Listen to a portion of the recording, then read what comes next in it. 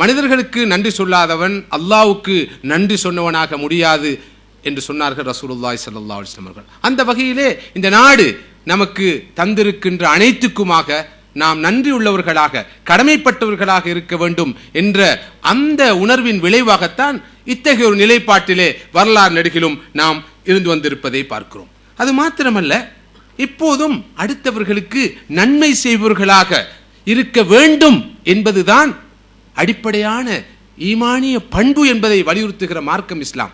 யா அய்யுஹல்லதீன ஆமனு இர்கஉ வஸ்ஜுது வஅபுது ரப்பக்கும் வஃஅலுல் கைர் லஅல்லக்கும் துஃப்லிஹூன். ஈமான் கொண்டவர்களே, நீங்கள் ருக்கு செய்யுங்கள், நீங்கள் சுஜூத் செய்யுங்கள், அல்லாஹ்வுக்கு இபாதத் செய்யுங்கள்.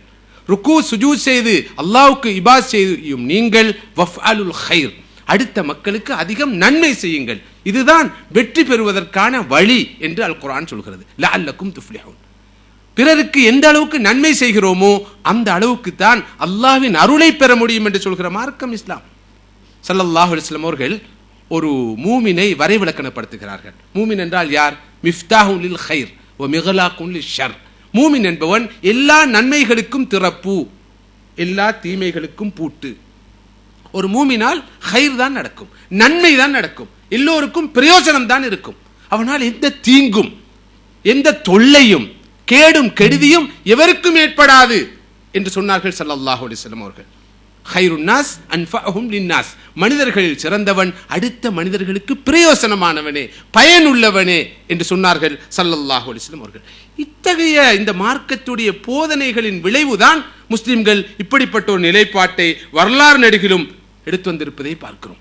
இது மாத்திரமல்ல, இஸ்லாமிய வரலாற்றை நீங்கள் பார்த்தால் ஸல்லல்லாஹு அலைஹி வஸல்லம் அவருடைய காலமாக இருக்கட்டும், குலஃபா ராஷிதூன்களுடைய காலமாக இருக்கட்டும், வரலாறு நெடுகிலும் முஸ்லிம்கள் முஸ்லிம் அல்லாதவர்களுடன் எத்தகைய பாகுபாடும் இல்லாமல் வேறுபாடும் இல்லாமல் ஒரு தாய் மக்கள் என்ற வகையில் மனித குலத்தின் அங்கத்தவர்கள் என்ற வகையில் அனைவரையும் ஒரே பார்வையில் எப்படி பார்த்தார்கள் என்பதை நாம் பார்க்கிறோம். பொதுவாக கிறிஸ்துக்கு பின் 1789 ஆண்டு நடைபெற்ற பிரான்சிய புரட்சியை தொடர்ந்துதான் உலகத்திலே மனித உரிமைகள் பற்றிய சிந்தனை பிறந்ததாக வரலாறு சொல்கிறது, சமூகவியல் சொல்கிறது. அதன் அடியாகத்தான் 1948 ஆண்டு உலகத்திலே முதல் தடவையாக ஐக்கிய நாடுகள் சபையுடைய யுஎன்ஓடைய மனித உரிமை சாசனம் கூட தயாரிக்கப்பட்டதாக சொல்லப்படுகிறது. ஆனால் இது உண்மை அல்ல. உண்மை என்னவென்றால் 1500 வருடங்களுக்கு முன்னால் ரசூலுல்லாஹி ஸல்லல்லாஹு அலைஹி வஸல்லம் அவர்கள் தன்னுடைய மதீனா சமுதாயத்திலே கிறிஸ்தவர்கள் யூதர்கள் உட்பட அனைவர்களுக்குமான உரிமைகளை உத்தரவாதப்படுத்தி மதீனா சாசனம் என்ற ஒரு சாசனத்தை அமைத்தார்கள். அந்த சாசனம் தான் உலகத்தின் முதலாவது மனித உரிமைகள் சாசனம் என்ற உண்மையில் உலகத்தில் மறக்கப்பட்டிருப்பது அல்லது சொல்லப்படாமல் இருப்பது உலகத்தில் நடக்கிற அநியாயங்களில் ஒன்று என்று தெளிவாக சொல்ல முடியும். இந்த வகையில் இஸ்லாம் தான் மனித உரிமைகளுக்கு முன்னோடியான மார்க்கம். ஏனென்றால் ஸல்லல்லாஹு அலைஹி வஸல்லம் அவர்கள் ரஹ்மத்துல் லில் ஆலமீன் என்று சொல்கிறோம். அனைவருக்கும் ரஹமத்தாக வந்தவர்கள், எல்லோருக்கும் அருளாக வந்தவர்கள். முஸ்லிம்கள், முஸ்லிம் அல்லாதவர்கள், மனித உலகம், தாவர உலகம், மிருக உலகம், எல்லா உலகங்களுக்கும் எல்லா மனிதர்களுக்கும் அருளாக வந்தவர்கள். எனவேதான் ஸல்லல்லாஹு அலைஹி வஸல்லம் அவர்கள் முஸ்லிம்களை பற்றி பேசியது போலவே தனது சமுதாயத்தில் வாழுகிற உலகத்தில் வாழ்கிற முஸ்லிம் அல்லாதவர்களை பற்றி அவருடைய உரிமைகளை பற்றி பேசினார்கள். என்றால் அவர்கள் ரஹ்மத்துல் லில் முஸ்லிமீன் மாத்திரம் அல்ல, ரஹ்மத்துல் லில் ஆலமீன். ஒரு சந்தர்ப்பத்திலே சொன்னார்கள், எங்களோடு கூடி வாழுகிற முஸ்லிம் அல்லாத ஒருவருக்கு எவர் அநியாயம் செய்கிறாரோ அல்லது அவருடைய ஒரு உரிமையை குறைக்கிறாரோ அல்லது அவருடைய சக்திக்கு மேலால் அவரிடம் ஒரு வேலையை வாங்குகிறாரோ அல்லது அவருடைய திருப்தி இல்லாமல் அவரிடம் இருக்கிற ஒரு பொருளை அவர் அபகரிக்கிறாரோ, நிச்சயமாக மறுமையில் அவருக்கு எதிராக நான் வாதாடுவேன். சுனன் அபீ தாவூதிலே பதிவாயிருக்கிற ஹதீஸ். இந்த மதத்திலே இப்படிப்பட்ட ஒரு கூற்றை எங்களால் காணக்கூடியதாக இருக்கு. மன் ஆதா திம்மியன் ஃபஅன கஸ்முஹு வமன் குன்து கஸ்மஹு கஸம்துஹு யௌமல் கியாமா. மற்றொரு சந்தர்ப்பத்திலே ஸல்லல்லாஹு அலைஹி வஸல்லம் சொன்னார்கள், முஸ்லிம் அல்லாத எங்களோடு இருக்கிற ஒருவருக்கு யார் தீங்கு செய்கிறாரோ நிச்சயமாக நான் அவருடைய எதிரியாவேன். யாருடைய எதிரியாக நான் இருக்கிறேனோ மறுமையில் அவருக்கு எதிராக நான் வாதாடுவேன். இது ஒரு ஹசன் தரத்தில் இருக்கிற ஒரு நம்பகமான ஹதீஸ் என்று அல் ஹதீபுல் பக்தாதி ரஹிமஹுல்லாஹ் அவர்கள் சொல்கிறார்கள். எங்களோடு சமாதானமாக வாழுகின்ற ஒரு முஸ்லிம் அல்லாதவரை யார் கொலை செய்கிறாரோ அவர் சுவனத்தின் வாசனத்தை கூட அல்ல சுவனத்தின் வாடையை கூட அனுபவிக்க மாட்டார். அவருக்கும் சுவர்க்கத்துக்கும் இடையிலே 40 வருட கால தூரம் இருக்கும் என்று சொன்னார்கள் ஸல்லல்லாஹு அலைஹி வஸல்லம் அவர்கள். சஹீஹ் புகாரியில் பதிவாக இருக்கிற ஹதீஸ். மார்க்கத்துடைய இந்த பக்கங்கள் புரட்டப்படுவதில்லை, சொல்லப்படுவதில்லை, வெளிச்சம் போட்டு காட்டப்படுவதும் இல்லை.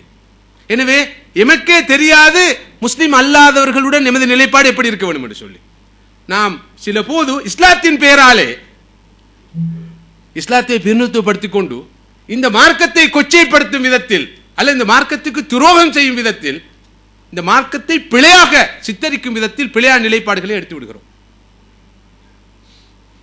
இந்த உண்மைகள் ஆரம்பமாக எங்களால் புரியப்பட வேண்டும்.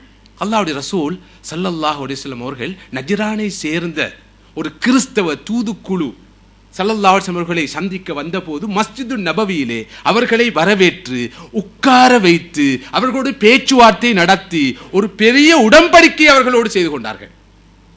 மஸ்ஜிது நபவிக்குள் அழைத்து அமர வைத்து ஒரு உடன்படிக்கை செய்து கொண்டார்கள். அந்த உடன்படிக்கையை விரிவாக விளக்குவதற்கு சந்தர்ப்பம் அல்ல.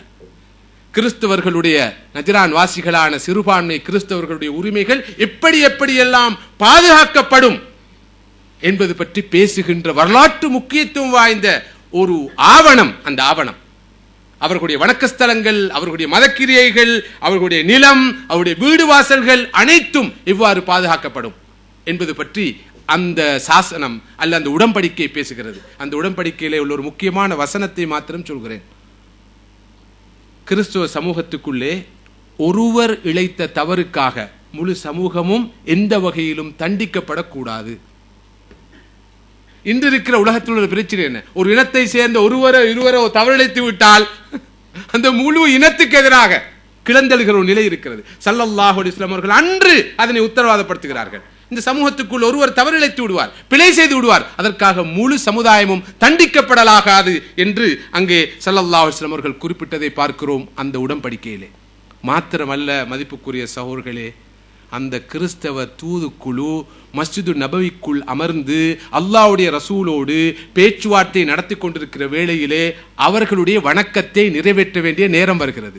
அல்லாஹ்வுடைய ரசூல் மஸ்ஜிது நபவிக்குள்ளேயே அவர்களுடைய வணக்கத்தை நிறைவேற்றுவதற்கு ஒரு இடத்தை ஒதுக்கி கொடுக்கிறார்கள். கடந்த 1000 வருடங்களாக எமது பள்ளிவாசல்கள் முழுமையாக மூடப்பட்டிருக்கின்றன.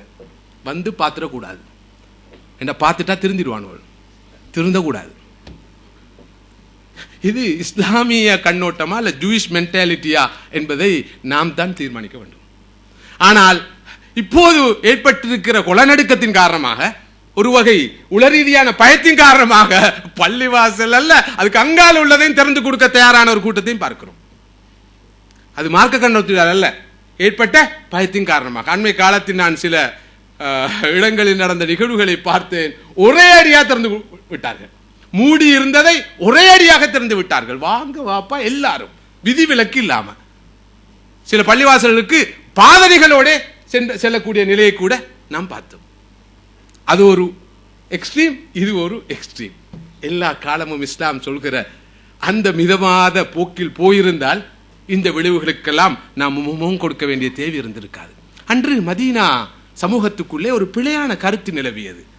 முஸ்லிம் அல்லாதாரை நாம் குஃபரை ஷிர்க்கை வெறுப்பது போல அவர்களையும் வெறுக்க வேண்டும், அவர்களுக்கு நன்மை செய்யக்கூடாது, உதவி செய்யக்கூடாது, காபிரின் சொத்து கருப்பட்டி என்று ஒரு நிலைப்பாடு ஒரு காலத்தில் இருந்ததல்லவா, ஒரு மட்டத்தில். இப்படியான ஒரு நிலைப்பாடு அல்லாஹு தஆலா அதை கண்டித்து அதை பற்றி தெளிவுபடுத்தி விளக்கம் சொல்லி சூரத்துல் மும்தஹினாவிலே சில ஆயத்துக்களை இறக்கினான்.